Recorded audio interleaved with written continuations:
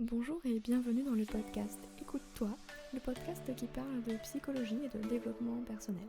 Je suis Aurélie, psychologue et praticienne en hypnose. J'accompagne les femmes en démarche minceur à lever les blocages psychologiques et à reprendre confiance en elles. Bonjour et bienvenue dans l'épisode 5 du podcast Écoute-toi. Je suis heureuse de vous retrouver aujourd'hui pour aborder une vaste notion qu'est le lâcher-prise. Alors, lâcher-prise, c'est à la fois un terme très répandu et utilisé à tout va, sans vraiment savoir ce que ça veut dire ni comment faire pour y arriver. C'est à l'aide du livre Apprendre à lâcher prise de Cécile Neuville, qui est psychologue, que j'ai écrit et enregistré ce podcast. Vous retrouverez le lien du livre ainsi que le lien de l'article dans la description du podcast. J'aimerais simplement vous préciser que c'est la première partie, car aujourd'hui on va aborder la définition du lâcher-prise et les 7 processus pour y parvenir. Et dans une deuxième partie, on abordera 16 clés issues de la psychologie positive pour réussir à lâcher prise. C'est parti, commençons tout de suite. Alors au-delà d'une simple technique, Cécile Neuville parle d'un art de vivre.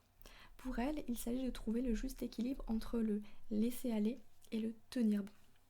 Et si on devait trouver des synonymes à cette notion de lâcher prise, on pourrait dire laisser couler, laisser faire, laisser glisser. En résumé, il s'agit de se libérer de l'émotion désagréable et d'accepter de ne pas tout avoir sous contrôle. Dans notre société, le lâcher prise peut avoir une connotation négative en l'assimilant à l'abandon, au manque de persévérance ou même de courage. On parle même de faiblesse ou de lâcheté. Or, il n'en est rien. Lâcher prise, c'est la capacité à accepter ce que la vie nous met sur notre chemin. Des études ont été menées sur le sujet et des chercheurs ont mis en lumière les impacts positifs du lâcher prise. Alors on retrouve un sentiment de liberté, un sentiment de légèreté, une simplicité, l'ouverture vers une nouvelle vision des choses et de la vie, ainsi que l'amélioration de la gestion des émotions, de nos relations et de notre quotidien.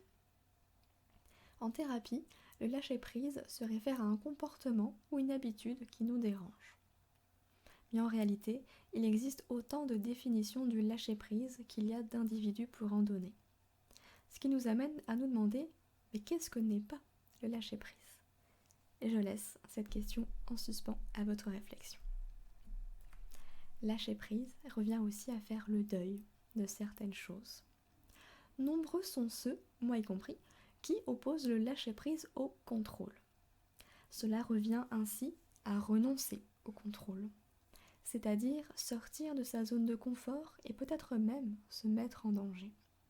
C'est donc renoncer à une certaine sécurité. Nous devons donc apprendre à penser et à agir différemment. Et pour cela, il nous faut faire le deuil de nos habitudes passées. Cependant, il ne s'agit pas de renoncer au résultat, mais de trouver un autre moyen pour y parvenir. L'un des présupposés qu'on nous enseigne en hypnose est « si ce que tu fais ne marche pas, fais toute autre chose. » Et c'est exactement ça en fait, le lâcher-prise, c'est faire autre chose que de vouloir tout contrôler. Il existe différentes formes du lâcher-prise. Donc on peut vouloir lâcher prise sur le mental, les émotions, les relations, les objets matériels, l'imprévu, soi-même, l'avenir. Dans sa pratique clinique, Cécile Neuville a identifié 7 étapes pour réussir à lâcher prise. Elle utilise d'ailleurs une métaphore que j'aime beaucoup, qui est celle du boulet qu'on traîne à nos pieds et qui représente ce poids qu'on va porter, donc l'absence de lâcher prise, l'impossibilité de lâcher prise avec ce poids. Première étape, c'est l'identification. Comme dans tout changement, la première chose à faire est d'identifier ce qui vous pose problème, ce fameux boulet. Pour cela, il sera nécessaire de passer par une phase d'observation. Deuxième étape, acceptation et accueil avec bienveillance. Et oui, il vous faudra accepter la présence de ce boulet sans jugement et sans chercher à tout comprendre. Vous pouvez voir un petit peu la situation comme si vous observiez la vie d'une autre personne, de loin, avec neutralité, ou comme si vous regardiez un film, comme si ce que vous vivez n'était pas à vous.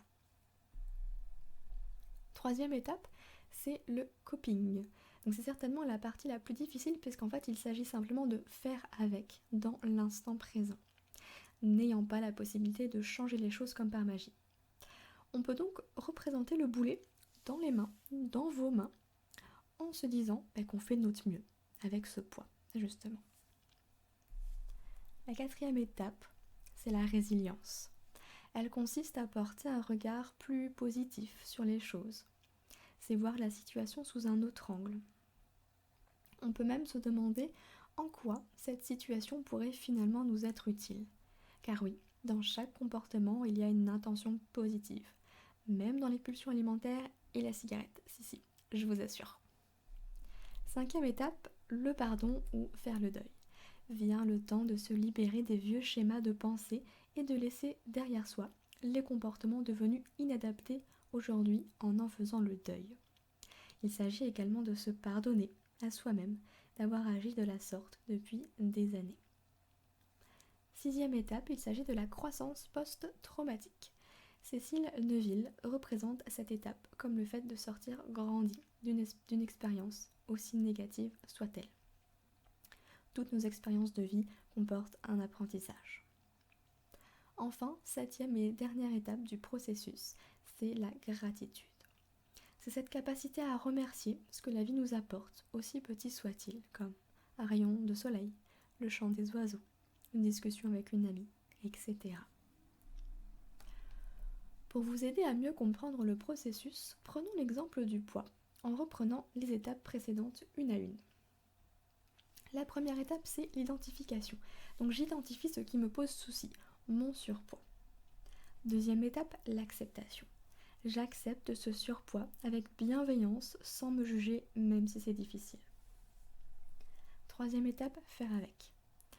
Et bien du coup, je m'intéresse à l'équilibre alimentaire et je fais du sport à mon rythme. En gros, je fais de mon mieux.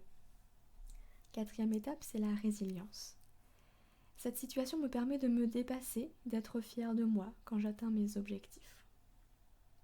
C'est donc de voir les choses différemment et d'en retirer le positif malgré tout.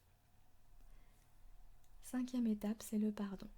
Je me pardonne de toutes ces paroles blessantes que j'ai pu avoir envers moi-même. Sixième étape, c'est le fait de sortir grandi de cette expérience. Donc je prends désormais conscience de mes capacités physiques et de ma volonté. Septième et dernière étape, c'est la gratitude. Donc je ressens de la gratitude envers mon corps et je m'accepte complètement tel que je suis. Vous vous demandez sûrement comment vous libérer d'une dépendance alimentaire. Car il se peut que votre démarche minceur soit mise à mal par des grignotages ou des pulsions alimentaires incontrôlables. Voici la clé pour vous en libérer. Apprendre à s'écouter. Voici un exercice proposé par Cécile Neuville. Mettez un cahier et un crayon à proximité de l'endroit où se produisent le plus souvent les pulsions. À chaque nouvelle pulsion, avant d'y céder, prenez le temps d'écrire ce que vous ressentez réellement au fond de vous. Mais réellement, ce sera que pour vous de toute façon. Prenez encore une minute pour boire un grand verre d'eau, gorgée par gorgée, en prenant le temps de respirer entre chaque gorgée. Une fois la pulsion passée, c'est-à-dire soit après avoir mangé ou non, relisez simplement vos notes et ajoutez petit à petit, je me libère, je vais me libérer et je fais de mon mieux pour y parvenir. N'oubliez pas que derrière chaque comportement, il y a une intention positive. Demandez-vous quel est le bénéfice secondaire avant de vouloir changer un comportement ou une habitude. Qu'auriez-vous à perdre ? Demandez-vous pourquoi et sur quoi vous voulez lâcher prise et ce que cela vous apportera. Enfin, inspirez-vous des personnes autour de vous qui ont déjà atteint l'objectif que vous vous êtes fixé et imitez-les. Faites comme si vous étiez dans leur peau, imaginez leurs pensées, leurs actions. Enfin, j'aimerais terminer cet épisode par cette simple phrase, le vouloir et y croire, c'est déjà 50% du chemin. Alors, croyez en vous, vous en êtes capable.